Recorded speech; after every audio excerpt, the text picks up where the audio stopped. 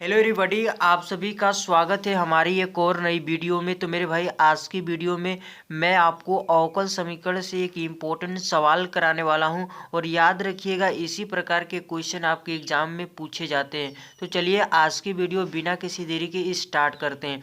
लेकिन उससे पहले आपसे एक छोटी सी रिक्वेस्ट है, यदि आप चैनल पर पहली बार आए हैं तो चैनल को जरूर सब्सक्राइब करें और अपने दोस्त यार के पास शेयर भी कर दीजिए। दोस्त, क्वेश्चन है हम लोग का, अवकल समीकरण इतना का हल ज्ञात कीजिए यदि दिया हुआ है कि y बराबर 0 यदि x बराबर π/2 यानी कि 90 डिग्री हो। ठीक है, यानी कि कुल मिला के हमें इसका विशिष्ट हल ज्ञात करना है। तो चलिए इसे एकदम बेहतरीन तरीके से इस वीडियो में सॉल्व करते हैं। तो सबसे पहले हम क्या करते हैं, इस अवकल समीकरण को यहाँ पर लिख लेते हैं। ठीक है मेरे भाई, तो लिख लीजिए। डिफरेंशियल इक्वेशन दिया गया है dy/dx plus Y into cot X दिया गया है। ठीक है, फिर बराबर की इधर दिया गया है 4x into cosec x. Friends, यदि इसको आप ध्यान से देखोगे, ये आपका रैखिक अवकल समीकरण है। अब आपका क्वेश्चन होगा कि सर आपको कैसे पता चला कि ये रैखिक अवकल समीकरण है।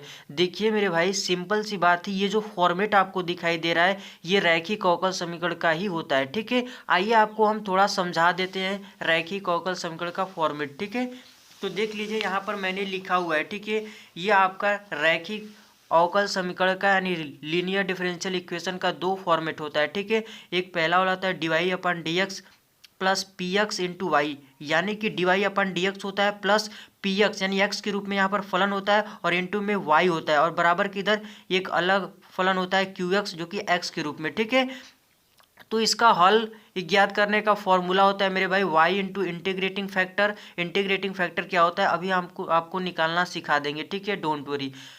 तो y इंटू इंटीग्रेटिंग फैक्टर यानी कि समाकल्य गुणांक। ठीक है, बराबर इंटीग्रेशन qx यानी ये जो फलन बराबर की इधर जो qx फलन है उसको लिखेंगे इंटू में इंटीग्रेटिंग फैक्टर n2 का dx कर देंगे। ठीक है, यही हो जाएगा।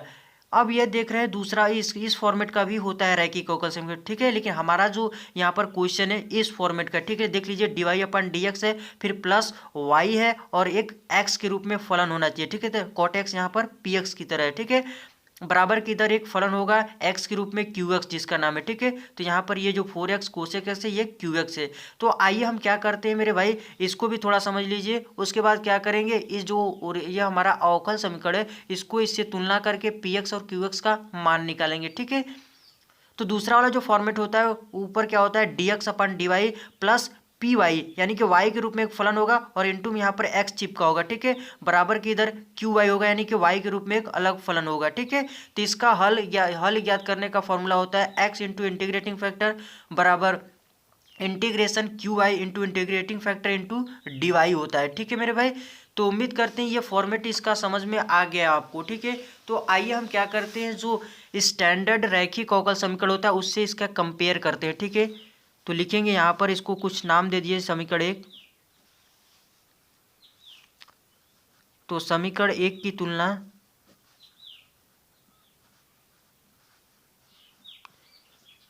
तुलना किससे करेंगे, जो स्टैंडर्ड यानी व्यापक रैखिक अवकल समीकरण का फॉर्मेट होता है। क्या होता है dy/dx प्लस पी एक्स। ठीक है, एक्स के रूप में एक फलन होगा और इंटू में वाई चिपका होगा। ठीक है, याद रखिएगा यहाँ पर जो रहेगा वही यहाँ पर इंटू में चिपका होगा। ठीक है, बराबर इधर एक क्यू एक्स होगा यानी एक्स के रूप में एक दूसरा फलन होगा। ठीक है, समीकरण एक की तुलना इससे करने पर, ठीक है,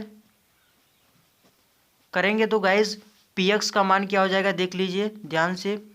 पी एक्स का मान कितना निकल कर आएगा, वाई के संग जो होगा फलन वो आपका पी एक्स की वैल्यू होगी। ठीक है, तो वाई है, वाई के साथ जो होगा वो क्या होगा पी एक्स होगा यानी पी एक्स की वैल्यू कितना है कोट एक्स। ठीक है, उसी प्रकार क्यू एक्स का भी मान लिख लीजिए क्यू एक्स का। ठीक है, तो क्यू एक्स का कितना आ जाएगा, बराबर की इधर जो होता है यह पूरा क्यू एक्स होता है। ठीक है, यानी क्यू एक्स का मान कितना है 4x इंटू कोसेक एक्स। ठीक है मेरे भाई, इतना करने के बाद अब हम लोग क्या करेंगे, जो हल होता है यानी इस फॉर्मेट का होता है, तो अवकल समीकरण का हल का फॉर्मूला क्या होता है देख लीजिए यहाँ पर लिखेंगे हल। ठीक है, अवकल समीकरण का हल। ठीक है, यहाँ पे लिख लीजिए अवकल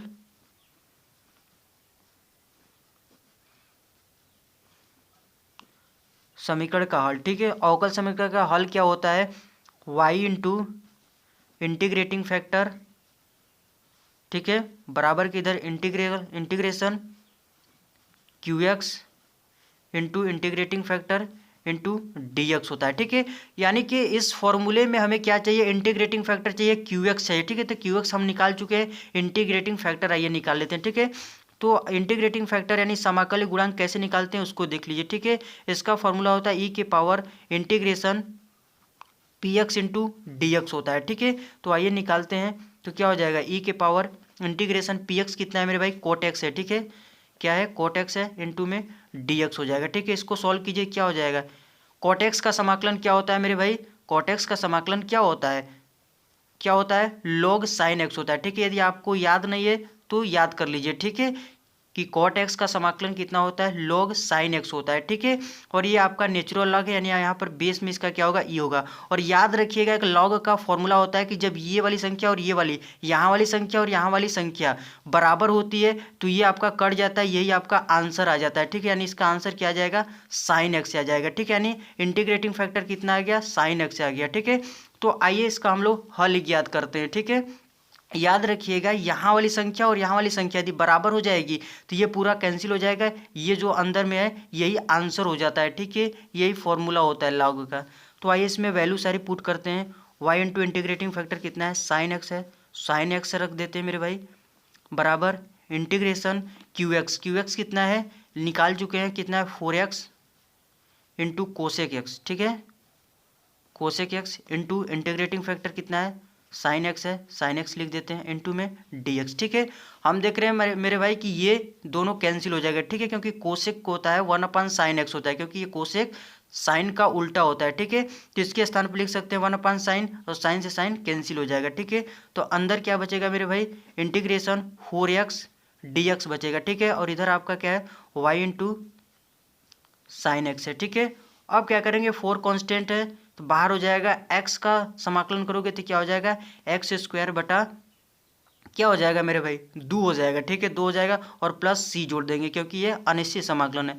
और इधर लिख लेते हैं y इंटू साइन एक्स। ठीक है मेरे भाई, अब हमें क्या करेंगे, इसको 2 से 2 बार में कट जाएगा, तो इसको हम लोग लिख सकते हैं 2x² प्लस का c। ठीक है, और y इंटू क्या हो जाएगा, साइन एक्स हो जाएगा। ठीक है, हमें क्या ज्ञात करना है मेरे भाई, ये जो अभी हमारा निकल कर आया ये क्या है, आपका व्यापक हल है। ठीक है, लेकिन हमें क्या चाहिए, प्रिंसिपल सॉल्यूशन यानी कि विशिष्ट हल चाहिए। ठीक है, तो हम क्या करेंगे, सी का मान निकालेंगे। ठीक है, तो इसको समीकरण कुछ मान लीजिए, समीकरण नंबर 2। ठीक है, और सी का मान निकालने के लिए आपको क्वेश्चन में कंडीशन दिया गया। ठीक है, क्या दिया हुआ है यहाँ पर देख लीजिए, यहाँ पर क्वेश्चन में दिया गया है, हल हमें तब ज्ञात करना जब y 0 हो और x π/2 यानी कि 90 डिग्री हो। ठीक है, तो आइए रखते हैं इस समीकरण में y बराबर 0 और x बराबर π/2। ठीक है, तो यहाँ पर लिख लीजिए सिंपल, समीकरण 2